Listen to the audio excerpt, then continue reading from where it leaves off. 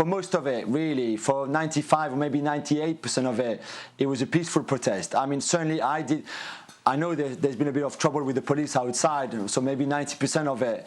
But from the bit I saw, and from what I heard and the people we talked to at the ground, it was peaceful. It was just a protest against the Glazers family and try to make their voice heard. And they've had enough. They've had enough for all what Gab and Mark just explained very, very rightly of the way the club has been going downhill since they took over, certainly, and since Sir Alex Ferguson retired, really. And I think that, in a way, that people in France understood that. They believed it. What they struggled to understand is how you can go and in a way damage your club and the image of your club worldwide by preventing your own players from getting to their own stadium to play what is the biggest game in English football history, and a game that could have prevented your own neighbours, just for a week, but it's still a week, from being crowned champions in a way. And that's what people in France really struggle to understand, is why would you do that to your own players, not your owners, but at least your own players. And in a way, I understand that as well, and it's something that, and as you know, in France we love a protest and we love a march, but this one, I think, for a lot of the French football fans was a bit hard to understand. Nedum? Yeah, I was going to say, I think one key difference between this and, say, the stuff which came in relation to the Super League week is now, what do the players say? What do the coaches say? Because I think last week, or whenever it was, everybody came together to say they didn't like the idea. But now you're coming and you're protesting and stuff like this, and players were looking forward to that game. You know, the whole footballing world was looking forward to that game. For the players, did they say, yeah, the fans were right, and in which case you undermine the people that brought you to the club, the people that pay your wages?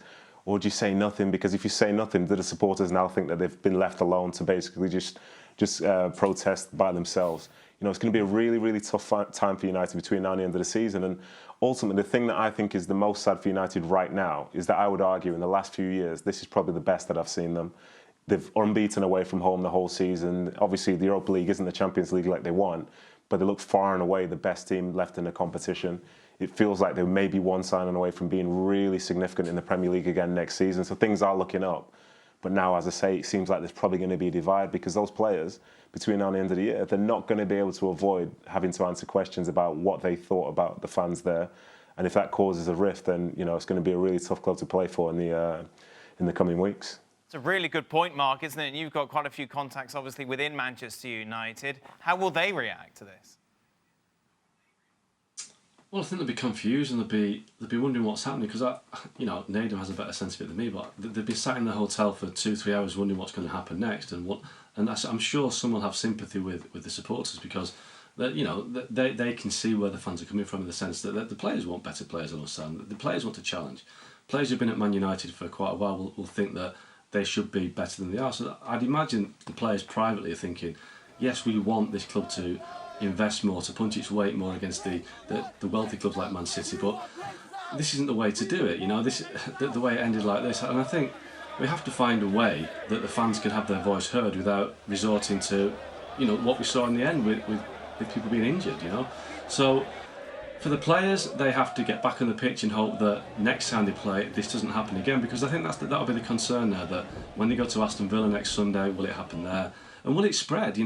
There's a lot of clubs in English football who've got unpopular owners. What will Newcastle fans do now with Mike Ashley? Will Liverpool fans kind of renew their protest against FSG? Will the Arsenal fans take it another step level with Stan Kroenke? We saw it outside the Emirates last week that they're not happy at all. So does this give fans now the motivation to take it onto another level, or do we have to find a way to calm this down? But I just don't know who the voices are, because there's no leader in English football that will say, let's calm this down, let's get around the table, because I don't see any kind of room for compromise.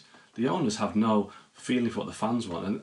And I saw that the Glazer family apologised for their involvement in the Super League 2 weeks ago. That was the first communication to the United fans for 16 years. So are they going to open a line of communication now after this has happened? The last thing they want to do now is probably talk to people that have done this today. So I think we've got two camps of people that have got no common ground. So how do we solve this? It's going to be really tough to find a common ground and a resolution. Well, thank you very much for watching ESPN on YouTube. For more sports highlights and analysis, be sure to download the ESPN app. And for live streaming, premium content, and let's not forget as well, ESPN FC 7 days a week. Subscribe to ESPN Plus.